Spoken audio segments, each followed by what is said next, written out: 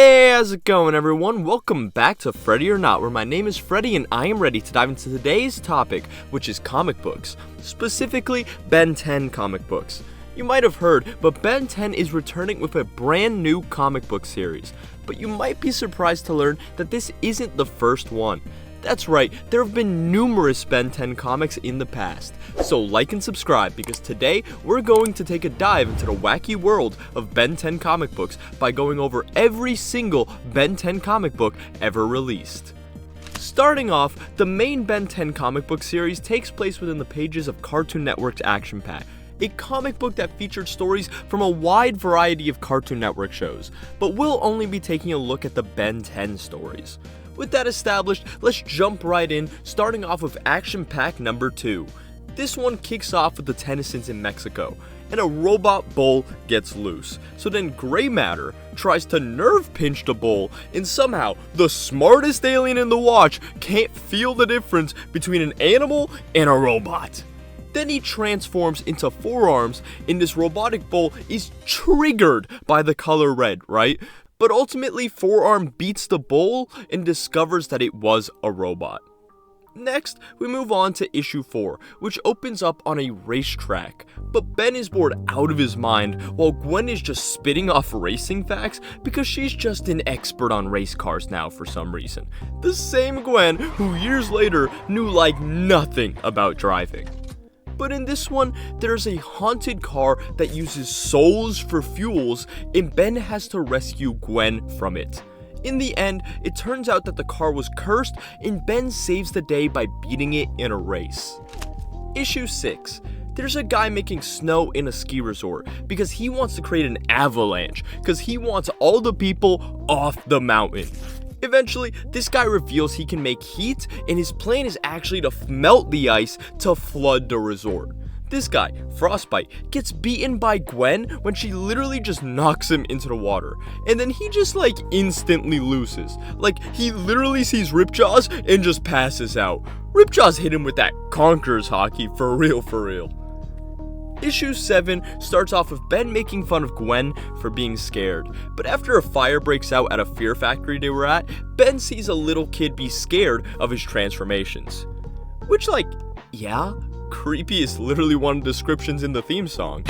But through this, he learns that being scared is nothing to be ashamed of, because sometimes it makes sense.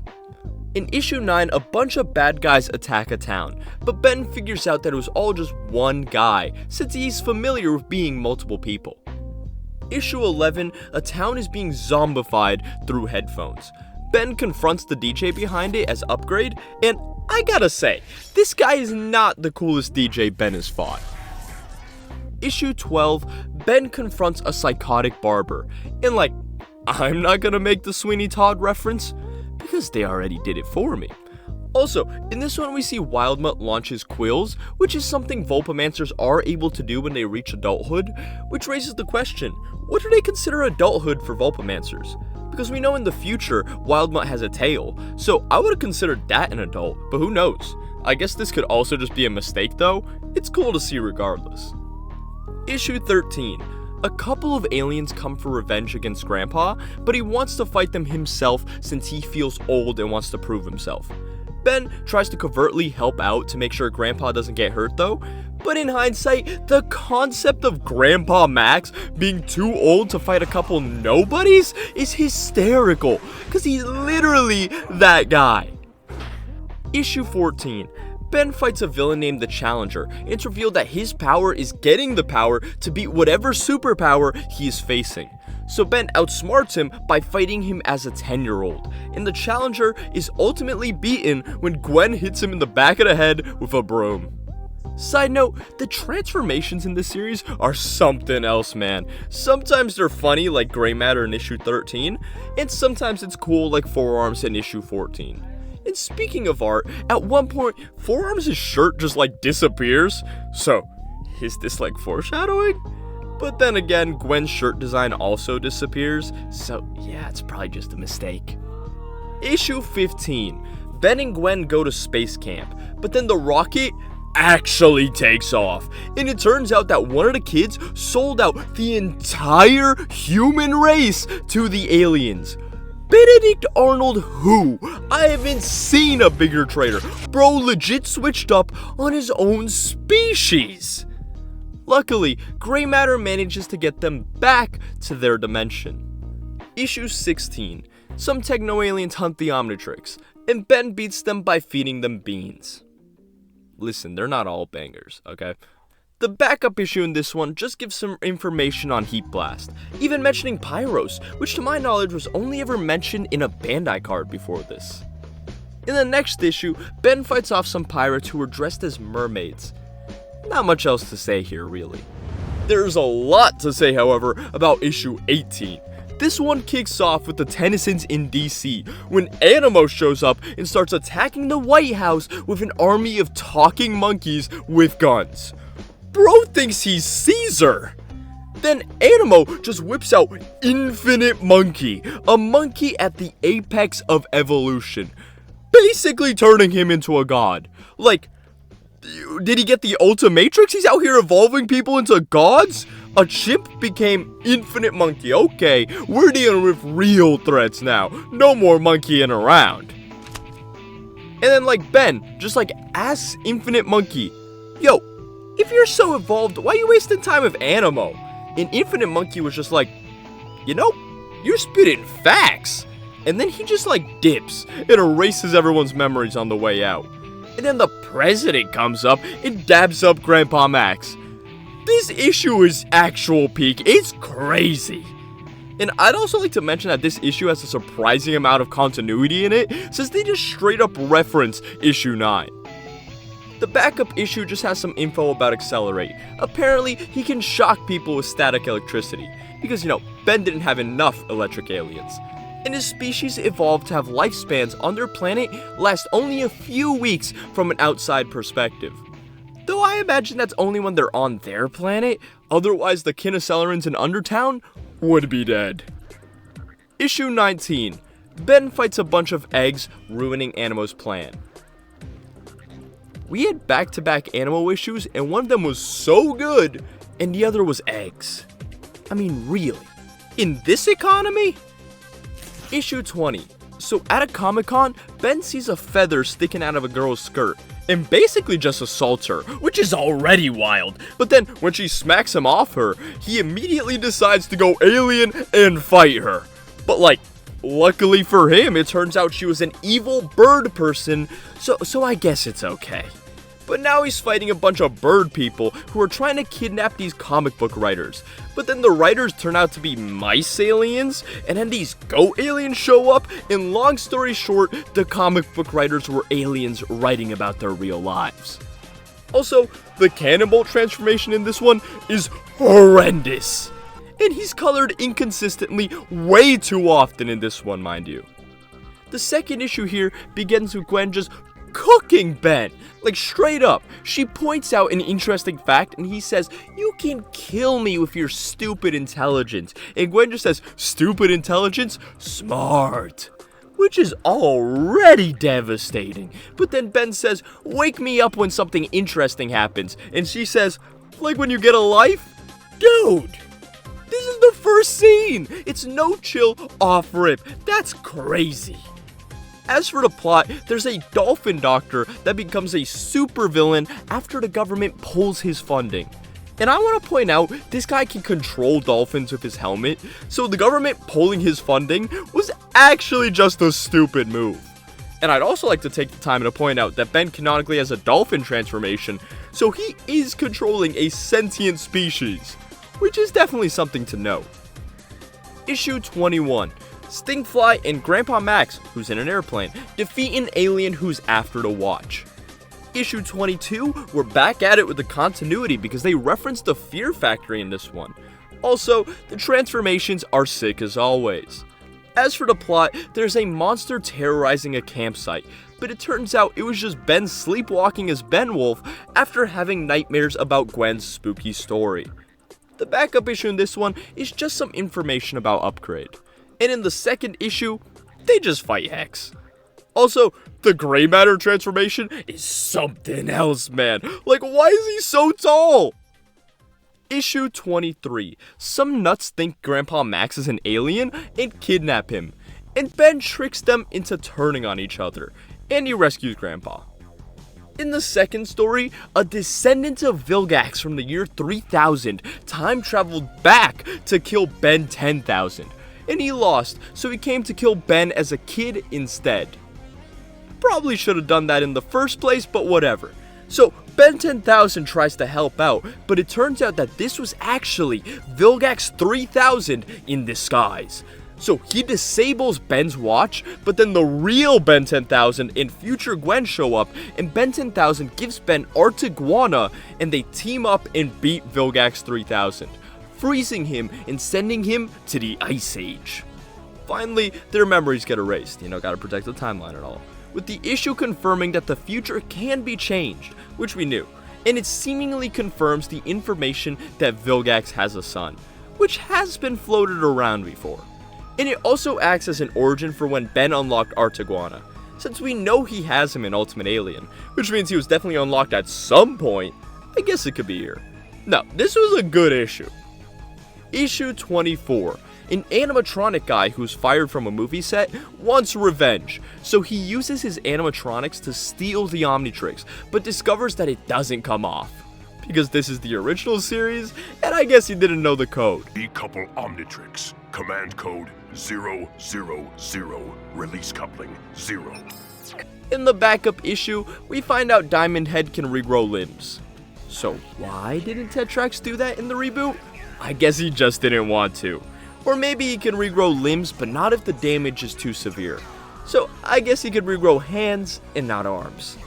Issue 25. Ben is shocked by a Tesla coil and sent back in time as Wildmutt. He ends up fighting Max and Phil on their last day as plumbers before the government disbanded them. Which, can they do that? I swear the plumbers are an intergalactic federation, but what do I know? In the end, Ben returns back home, and Max reveals that he knew this would happen since he fought Ben in the past. In fact, he pushed him into the Tesla coil on purpose. Which is kind of a gamble, I'm not gonna lie. Issue 26 features them fighting a monster on the bayou, who turns out to be a missing girl who is mutated. They then give her the antidote and return her back home. There's also a really cool Heat Blast transformation in this one. After this, we get a Ripjaw's alien file and a Stinkfly alien file. But yeah, that ends the original series comics, because issue 27 kicks off the Alien Force era. This issue starts off with the Forever Knights having stolen Kevin's car, and now the team has to fight a fungus monster to get it back. They also mentioned that the Forever Knights were allied with the Hybrid, but didn't know their true intentions. And it's pretty strange for them to team up with aliens, but it was probably just an attempt to get tech. And this information that the Forever Knights had teamed up with the Hybrid was also mentioned in early production details. So that's probably all that is, but I think this is the only time we actually see them work together. So yeah. Issue 28, Ben sends Kevin undercover to infiltrate the DN aliens, but this was all just part of a plan to get back some tech stolen from Grandpa Max. Also, it's interesting to note that at this point, Kevin was still not committed to being a good guy, since he says he's a good guy and then thinks, for now anyways.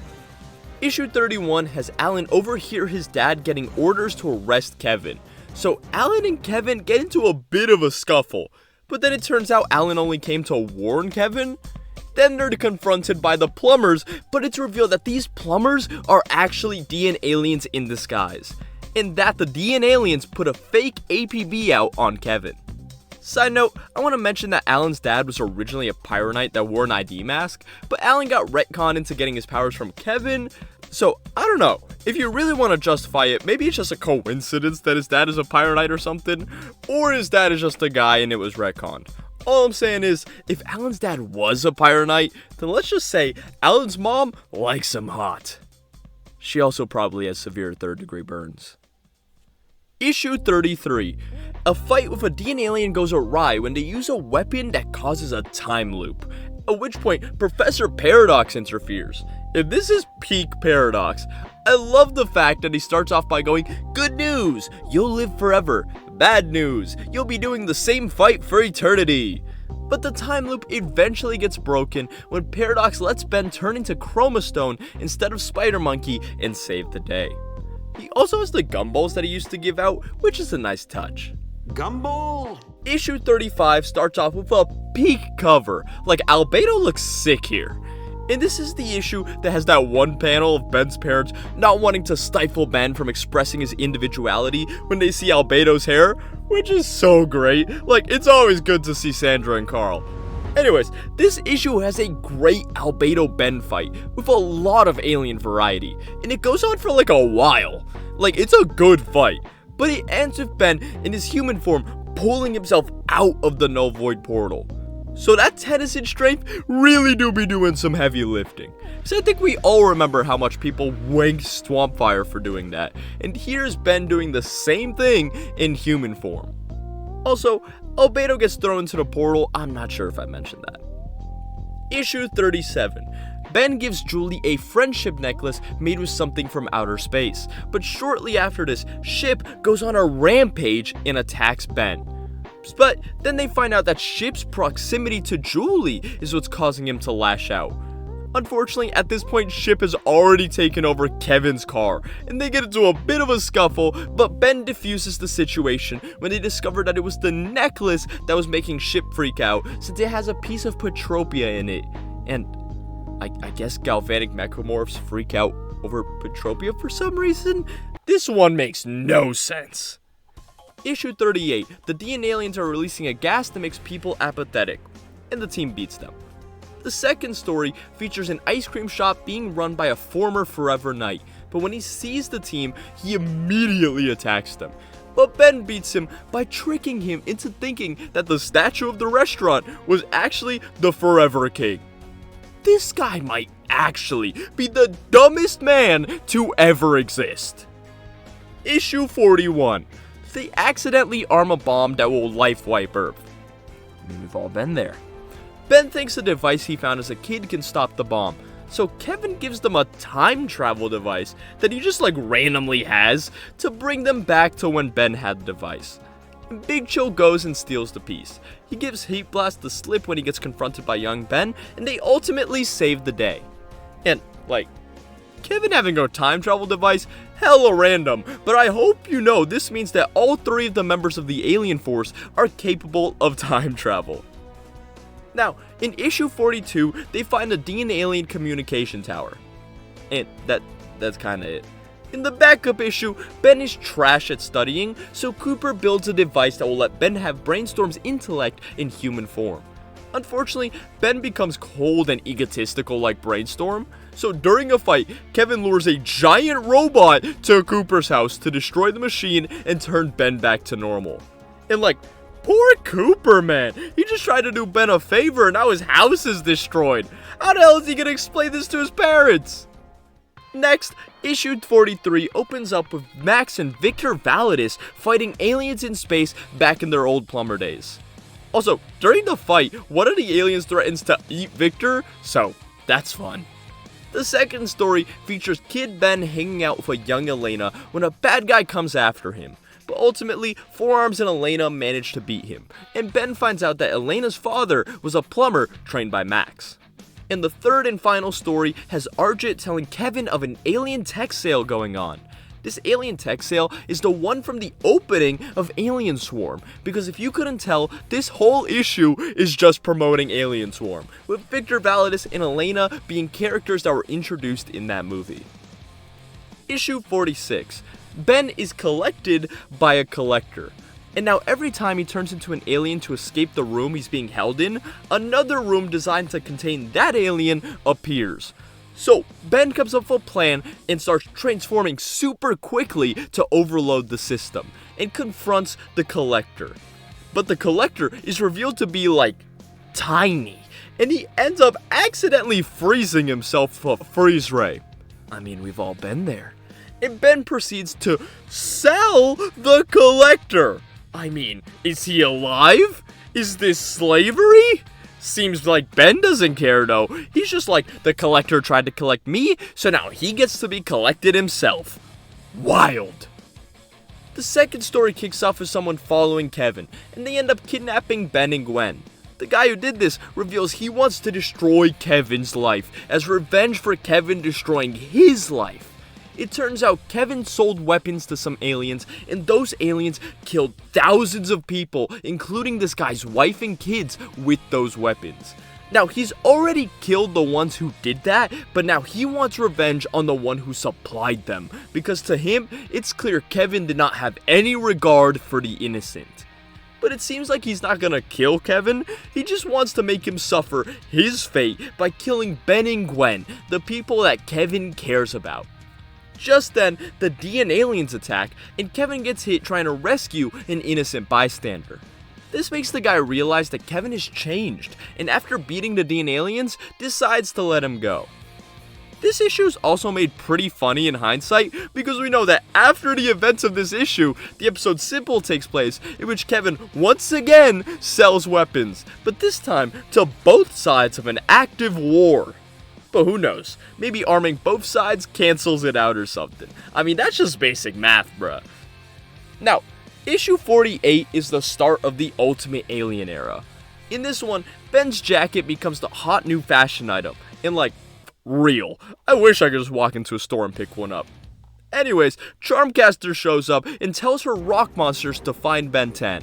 But they just start attacking everyone, since everyone is wearing the jacket. So the team decide to attract the rock monsters' attention by putting on the jackets themselves, and they attack the rock monsters. At this point, it cuts back to Charmcaster, and she's just also wearing the jacket because apparently she just thinks it's fashionable. And Ben decides to use Ultimate Echo to dissolve the situation. Which seems like overkill, I'm not gonna lie. And he creates a bunch of Ultimate Echo clones and destroys the rock monster. During the fight though, Ben's jacket was ripped, but just then, everyone starts ripping their own jackets to be like Ben. Talk about being a trendsetter. Anyways, the big thing in this one is Ultimate Echo duplicating himself, especially since whether or not he can duplicate himself is already a little bit of a debate. This is due to Dwayne McDuffie being against the idea, while Derek J. Wyatt originally thought he could, although he conceded on that point, meaning that if Ultimate Echo did duplicate himself, it would be more likely to be a glitch power rather than the other way around, as Derek J. Wyatt originally believed. Of course, glitch powers are already a myth and have been widely debunked, but if you pay attention, you can see that all Echo did was make a bunch of clones and then have each of those clones go ultimate. But then, when he does that exact same thing in the show, it doesn't work. So again, it doesn't make any sense. But then of course, Derek J. Wyatt said he was retconning it to be a power Ultimate Echo can do, which would actually have some precedence, as it's not only in this comic, but listed as one of his powers on the Cartoon Network website. In short, if we want to make it all as consistent as possible, originally he couldn't duplicate himself, but it was probably not because of a glitch. I would just say it's something Ben had to learn how to do, and then he just doesn't use it that often. In the second story, Ben goes viral for getting hit in the head with a flower pot as Spider Monkey. Later, he beats the bad guy who did this to him as Ultimate Spider Monkey, but nobody was around to film it. Finally, in the third story, there's a new bully at school, but Ben goes Humongosaur and scares him off. Which, like, yeah. Issue 49. The gang goes to see Ben 10 on ice. Damn, I didn't know there were fans, bruh. And might I point out, what's up with Gwen's outfit? Did they, like, get the colors wrong or something? Regardless, during the ice skating routine, Aggregor shows up, demanding the Ultimatrix. And this is just a bad look for bro. There is no way Aggregor is so stupid that he actually thought this was Ben. That's crazy. Ultimately, Aggregor gets scared off by Ultimate Big Chill, and like, this is such cap. Like, Aggregor was the definition of a steamroller. The whole time he was there, he was just catching W's. Of course, then Kevin stepped in and reminded everyone why he was Big 3 in the OG series, but yeah. Side note, this feels like a good time to mention, but did you know Aggregor was supposed to show up in Omniverse? Yeah, he was supposed to show up in the Rooters arc seeking out Kevin to ask for help because his genetic material was breaking down. And they were going to reveal that he was a Rooters experiment to duplicate Kevin's powers and that his mind was wiped. But ultimately, he was going to melt into ooze and die. Which is such a sick concept, and it's definitely my headcanon that this happened off screen. Anyways, in the second story, an alien news crew follows Ben around. Eventually, the D and aliens attack, and Ben saves the day. Unfortunately, the reporter twists the story to take all the credit, which okay bro. In the third story, Ben is paranoid that someone is following him, but it turns out to just be a little girl who wants an autograph. In the 50th issue, the bozos from that episode with Pandora try to kidnap Julie in exchange for the Ultimatrix. But he just straight up gives them an Ultimatrix toy, and these morons actually believed it's legit. Then they get beaten up. Issue 52. First off, fire cover. As for the plot, they're at an amusement park ride based on Ben's life, when Zombozo attacks and makes the animatronics evil. So they end up beating the animatronics, but they just straight up forget about Zombozo. Like they never capture him, he just leaves off screen. Also, Kevin just has a metal pipe on him, like he's walking around with that thing. When he says he keeps the pole on him, he means it literally. Issue 53. Ben is invited to judge a beauty contest, but 7-7 attacks, Ben fights him off, but ultimately the show is ruined. In the second story, 6-6, Crab, and Jarrett try to trap Ben, but he beats them up. In this one we also find out that the Swampfire car actually exists. I guess we get some galactic racing representation in here. But I've always wondered this, but is Fast Track slower than his car? Or are they just nerfing him for the sake of fairness, like in Sonic Racing? Let me know what you guys think. Issue 54. Ben needs to read a book for his English class, but he keeps getting distracted. Aliens need help, bounty hunters are chasing him, monsters are attacking, his friends and girlfriend need something. It gets to the point that he gets jumped by a monster and just immediately goes ultimate while yelling, "I have a book to read!" Which seems like the type of thing you would see hung up in a library next to the Credible Hulk. In the end, Ben gets fed up and goes to a satellite to read his book. As the last panel shows, he's unaware that he's about to get hit by a meteor. Man, I just give up at that point. Issue 55 has Ben beat up Captain Nemesis. Also in this one, Captain Nemesis tries changing his name to Overlord, something that Gwen complies with for some reason. Also, Captain Nemesis tries taking children hostage here. I feel like that's something to note. Issue 56. Driscoll shows up in his Forever King armor, which was destroyed, but who knows, maybe this is a new set. Driscoll zaps the Ultimatrix off of Ben, and some guy who found it is making Ben transform unwittingly. So, Gwen asks this guy to give the Ultimatrix back, but he refuses. So Gwen literally suffocates him, out here acting like Zahir for real. But hey, it's effective and she gets the Ultimatrix back. Also, the whole time Ben was just like, "Oh no, what am I gonna do?" Acting like he's not turning into super powerful transformations. Like he needs a specific alien to fight the Forever King. Like he's not that guy, Ben. I mean, literally, in this issue, Ben beats him by freezing him. Like, stop stressing, man. Issue 57. The team investigates a ship, and they spend a lot of time fighting a space rat. Also, it's implied Ben uses ultimate wrath off-screen. Issue 58. They're fighting aliens, and Gwen shoots a hole straight through Kevin. Nice to know that at this point he turns into the element instead of just making armor, cause this would have been horrifying in early Alien Force. Anyways, Gwen, Kevin, and Max are worried about Ben being irresponsible with his power and almost dying, aka transforming in a way that causes him to run out of juice and de-transform, leading him to almost die. So Max takes the Ultimatrix and sends Ben off to train with some guy who tells him to be mindful. At this point, someone named the Collector arrives. Can't be the same one, right? Like, that would be the second one, and that's without mentioning Collectimus. Regardless, Ben takes advantage of his surroundings and saves the day, even without the Ultimatrix. Also, this issue features a blue shirt Grandpa Max, which is something we haven't seen since Alien Swarm. Issue 61. This issue has a legacy, I tell ya. So, Ben and Julie have been spending a lot of time together, and Ben asks Julie if she thinks maybe they've been spending too much time together, and like a bozo, says maybe they can use some space. Obviously, Julie takes this the wrong way. Meanwhile, Aggregor pulls up, so Ben goes to transform, and a hologram of Ultimate Swampfire pops up, which is not how that works. And as this goes on, Aggregor is just sucking up the people in the audience and absorbing them, which is not something I've ever seen him do, but Ben transforms. In mid-transformation, Aggregor zaps him with a beam, and the end result is Ultimate Swampfire, but like, Ben and Julie's heads are like floating in the middle, like it's totally messed up, bruh. So, the watch was clearly already acting up, and that beam clearly did not help.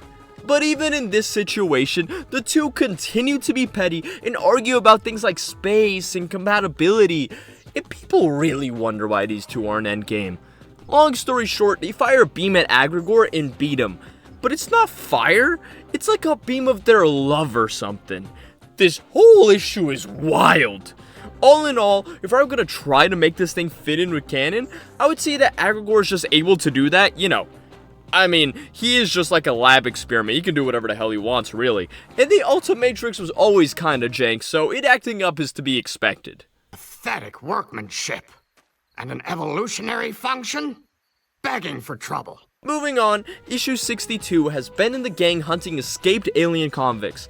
The end of this issue features one of the aliens hunting down the retired plumber that originally arrested him. In the past, the plumber had said that he would thank him one day, and he was right, because the alien thanks him, saying that while he was in prison, he reevaluated his life and was grateful for his incarceration because it gave him the chance to do so. And that he only tagged along during the breakout because he wanted the chance to say that face to face.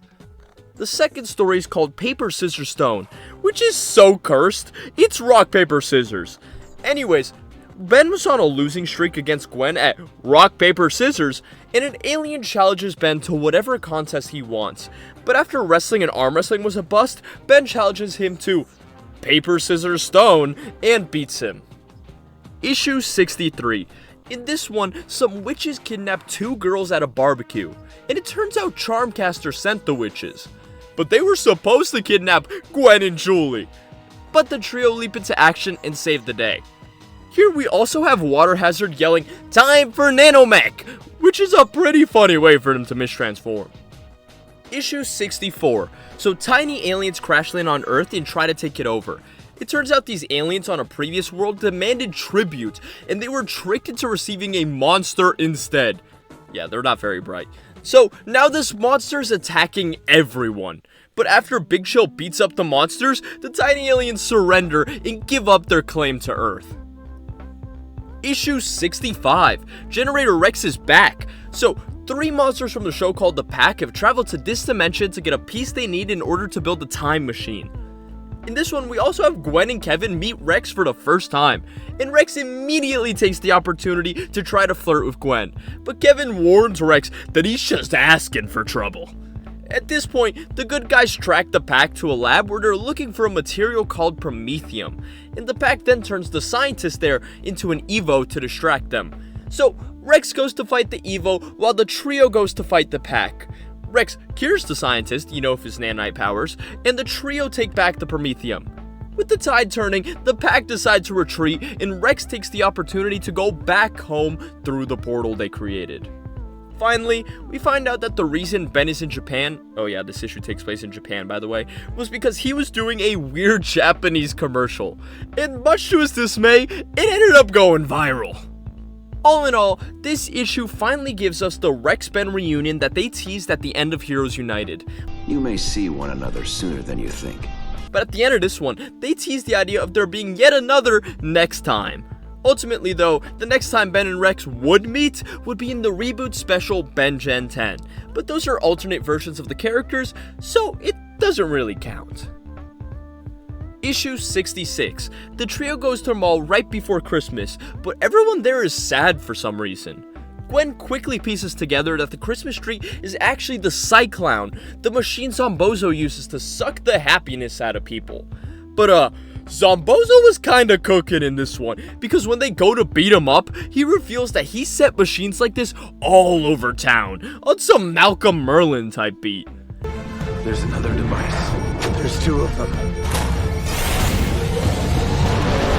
In the end, they track down the real Zombozo and force him to stop the machines. But after this, he escapes. They kind of have a really bad track record of arresting Zombozo in this series, I'm not gonna lie. Issue 67. They are attacked by a Black Knight, and Ben turns into Buzzshock, which is cool. I mean, we knew he had the ability to do so in Ultimate Alien, but he just didn't for some reason. Anyways, Buzzshock blows the Knight right out of the plane, and Ben has to turn into Waybig to rescue him. It's then revealed that the Black Knight is actually Enoch. So this, paired with the Cosmic Destruction video game, really gives Ultimate Alien Enoch the justice he deserves before he makes a cameo in the show and dies off screen during the war with the Esoterica. But yeah, that was the last Ben 10 story from Cartoon Network Action Pack. Moving forward, we actually get the Ben 10 Omniverse IDW comic book series. Issue 1 starts off with all the main characters on vacation when they are attacked by Sunder. So, Big Chill phases Sunder out of the ship, and I don't think he can do that. I don't think he can turn someone else besides himself intangible. Or at the very least, he's never done that before. So, I'm just gonna chalk this up to being a new power and just keep moving. So, Ben flies Sunder all the way up to space and drops him, which is so cold. To his credit though, he is confident Sunder will survive, but still, that's cold. No pun intended. Then Serpent shows up. Omniverse Serpent. The Omniverse Serpent is real!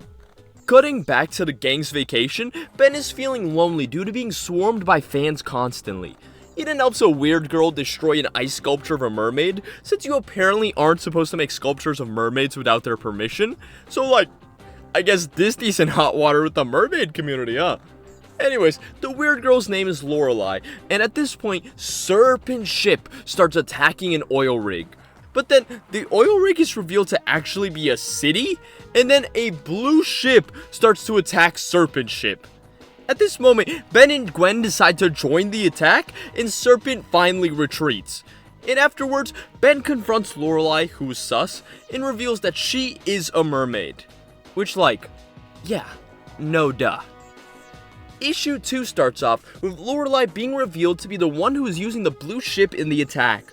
She also reveals that the species of mermaids is called Terrapiscus, which are descendants of Piscus, aka Ripjaw species, that arrived on Earth long ago. Ben then goes to visit the city of mermaids, and they find out that Lorelei is actually the princess. And here they find out that the Terrapiscus are the defenders of 3/4 of Earth. You know, the part covered with water. And they do this in secret due to a deal they made long ago. And a deal with who? It wasn't the plumbers. Who are they out here making deals with? Wanna make a deal? Regardless, Max deciphers that this coincidence of this centuries-old civilization just happening to be revealed to them is actually an indirect way of them asking the plumbers for help. At this point, the mermaids and the good guys respond to an emergency and help people escape a sinking ship. And after doing so, it's revealed the mermaids can just erase people's memories, which is random, kinda like when Superman did it. Anyways, Serpent finds out that the mermaids rescued the sinking ship and threatens a cruise ship to try to draw them out. In issue 3, Serpent's forces manage to capture the mermaid queen, and Max and Ben go to ask the plumbers for help. But they say that this is an alien conflict and Earth isn't involved, so they're staying out of it. Which is definitely a unique approach. I've never seen the plumbers stay out of an alien conflict before, regardless of if Earth is involved or not. Also, off topic, but I should mention, Kevin's arms are ridiculously big in this issue. It's actually absurd. Getting back on track, Ben comes up with a plan to use the Terrapiscus satellite to track Serpent to find evidence that there's Earth involvement. After tracking his base, Ben sneaks aboard to get evidence. Here, he discovers that Serpent's plan is to destroy Terrapiscus so they can start threatening ships to get ransom money. But I should note that when Ben turns into Ripjaws, he looks way different than he did last issue. Regardless, Ben reports back to the plumbers with the information they need that Serpent is working with crooked Earth companies, since that's where he's getting his weapons from, and the plumbers agree to help. Issue 4. Right off the bat, there's a good cover. As for the plot, it starts off with Ben and the plumbers attacking Serpent's ship and rescuing the queen. But as it turns out, this was a trap, because Serpent's forces aren't there, and they left behind a ton of explosives. So during the escape, Ben turns into Big Chill and phases Lorelei out. And okay, at this point I'm convinced this is just a new power he has. After escaping the explosion, they realize Serpent is attacking the Mermaid City since they aren't there. So they rush back to the city and Lorelei calls whales to help them fight, on some Aquaman type beat. They get inside and find out Serpent has placed a bomb. He's been doing a lot of that lately for some reason. Ben then starts live streaming for some reason, and he turns into Diamond Head, beats Serpent, and gets rid of the bomb. In the epilogue, Lorelei says that she is now the ambassador between Terrapiscus and the outside world, since their species was revealed to the public during the live stream. But the mermaids are now gonna go back into hiding, and she leaves. And this is actually the end of the series. After this, we get the Omniverse comic made by DC. In this one, Ben and Rook fight Zombozo and some androids, and afterwards, Rook gets the number of an alien girl they rescued. I guess him and Rayona weren't official at the time. For the record, Zombozo also escapes in this one, and Ben frustratedly points out that he always just teleports away, meaning that that's probably the reason they didn't catch him in those other issues. He's just a slippery guy, I guess. From this point forward, we have a series of Ben 10 graphic novels that kicks off with the story Ghost Ship. Right off the bat, I want to mention that Ben says he has 46 aliens, which is no. He already had 63 in Ultimate Alien, so this is just wrong. How many different aliens can you turn into now? 50? 63. It's especially wrong since he already has Kickin' Hawk, Grasshopper, and Feedback. Who's the wrong color, by the way. Boy, I really hope somebody got fired for that blunder. As for the plot, Ben is being sent to scout an uninhabited alien species. So they encounter a giant ship, but it's uninhabited. It's also revealed that Kyber is following them. They are then attacked by the ship's automated defenses, and by Zed, of course. Eventually, they rescue the ship's crew and escape. And they find out that the crew are actually beings from an incalculable dimension that defies the limits of space and time. And at the end of the issue, it seems that these aliens are actually preparing an invasion of Earth, and they are after a weapon that was successfully stolen by Liam at the start of the issue. Something interesting about this issue is that you can kinda sorta try to use this new species to try to upscale Alien X. Because the comics are considered soft canon, meaning anything that isn't contradictory to the show should be considered canon, and Ben should presumably have the DNA of these guys in the Omnitrix. And Alien X is still considered the strongest alien. So you could try to argue that he's outerversal because he's stronger than people from an incalculable dimension, assuming incalculable refers to infinite, therefore making Alien X above infinite dimensionality. Although, that is still debatable. Next up is the Halloween special. In this one, Ben introduces the concept of Halloween to Undertown, and the aliens from Ghost Ship plan to steal the weapon plans from Liam. But after Liam is beaten by Ben, the plans end up with him, and the aliens think that this will make things much more complicated. Ultimately, this is never followed up on, but I think it's safe to assume that Ben beat them. Finally, everyone celebrates Halloween, and I'm left with the question, is dressing up as an alien species considered racism? Like, is this the alien equivalent of blackface? That's just something to ponder. Next, in the small comic What Lies Beneath, Ben has fun with a shadow monster in the Inner System. In the next comic, titled Joyrides, we get the story Tim 10, in which a guy named Tim steals Psychobus' concept of an Omnitrix, but Ben stops him because Tim's Omnitrix was faulty. Which, like, yeah, no duh, bro. If you look at his transformations, you can tell something ain't right. The next issue features Ben giving a lecture to Plumber recruits about his old adventures from the classic series. And the whole time, they're just pointing out that Ben isn't following Plumber protocol. It is basically committing war crimes. And now they think Ben is a loser, right? They're like, you committed war crimes instead of following protocol? Okay, buddy, why do we have to listen to you? That's basically their mindset. So, Ben tries to earn their respect by taking them out to have fun. And here we have a recruit that's chameleon species being worried that someone is gonna come. Like, bro, you can turn invisible. But this plan backfires, obviously, and they end up stranded on a garbage planet. That one's a little random. And Kyber decides to take this opportunity to attack. In the end, they beat Zed and escape, with the Plumber team learning that sometimes in the middle of a situation, you have to interpret the rules a bit to fit your situation. kind of a convenient excuse to justify war crimes, I'm not gonna lie. In the next issue, a thief is stealing tech in Undertown to assemble a weapon, but it turns out that this thief is Elena, and she is working for the Incursions. So Ben gives Rook a recap in the Elena lore, which includes a story of how Elena helped them beat Animo back when they were kids. But in this story she uses the nanites, which I guess maybe she had access to due to her father, but if that's the case, why didn't they remember that during Alien Swarm? Anyways, right then and there, they get alerted to a break-in at the Plumbers, and they get joined by some Plumber recruits that includes Cooper, who finally has an Omniverse design that isn't a flashback, which is sick. Here, we also find a couple of the recruits from that last story, so the continuity is pretty nice. Anyway, they get to the cells and they find the Vritos are trying to break Elena out of prison, and they use a nullifier on the watch, meaning Ben can't transform for 1 minute. Which, like, if they have technology like this, these villains need to start using it more often. That's all I'm saying, bro. But then, a masked stranger shows up and beats the Vritos and puts Elena back in her cell. But when the masked stranger takes off the mask, it turns out it is Elena. And it's revealed that when Ben recreated the universe, he created a second Elena, one that he wished existed without a criminal past. But also apparently she wasn't created, she was pulled from her timeline, which no longer exists.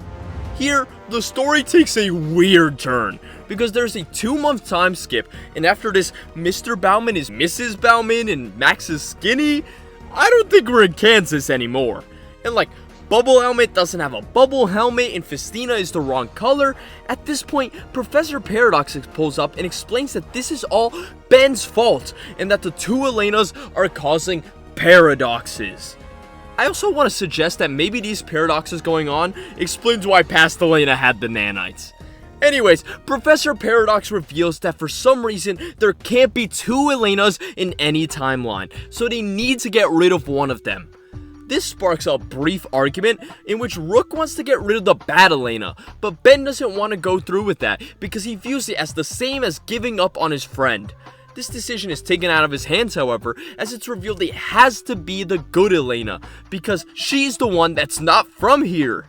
So, Paradox takes the good Elena and brings her to the depository, which is a place full of people who don't fit into any timeline. This is also apparently where Paradox lives. Afterwards, they think about the real Elena and how much they want to help her, with Rook noting that Elena tries to be good, but when she's in a crisis or overwhelmed, she falls back on her bad behavior. But Max thinks that she'll come around one day, which is true, because at the end of Omniverse, Elena makes a cameo, and they state that Elena has been separated from the nanochips and is no longer a villain. From here, we get to the IDW comic Super Secret Crisis Wars, which is a crossover comic with a bunch of Cartoon Network shows, including Ben 10 Omniverse. In issue 1, a coup from Samurai Jack contacts Mojo Jojo, Mandark, and Vilgax about a plan to send robots to various worlds, with the intention of kidnapping any heroes to defeat the robots to use them in a plan to conquer their worlds. First off, they send a robot after Samurai Jack. Jack beats it and ends up captured. Next, Vilgax sends a robot to attack Ben. Side note, Vilgax thinks the Omnitrix only has thousands of aliens. It actually has over 1 million. Sure enough, Ben is transported just like Jack, and then Mandark captures Dexter, and I think we can all see where this is going. So the Powerpuff Girls are captured too. The villains celebrate, but this celebration causes a mix-up that sends robots to random locations, including sending one to attack Ed, and Eddie. To the villains' surprise, however, the Eds manage to beat the robot, so the villains decide to conquer their world too. In issue 2, the heroes all break themselves out, well except for the Eds who needed to be rescued by the Powerpuff Girls, and the heroes make their way through the facility before discovering that the villains are making an army of evil robot duplicates of the heroes. Except for the Eds, of course. They did not plan on the Eds being here. Issue 3, the heroes are attacked by more robots, not the duplicates, and get split up. While this is going on, the Eds overhear that the villains have a weapon to destroy their worlds in case their plan to conquer them fails. At this moment, Mandark attacks Dexter and Buttercup. Luckily, they turn the tables on him. Unluckily though, Mandark sounds the alarm. After this, Mojo Jojo takes the Eds hostage. Meanwhile, Ben and Buttercup confront the duplicate robots and find out that they copy their powers. And at this point, all the heroes, except for the Eds who were captured, join the battle.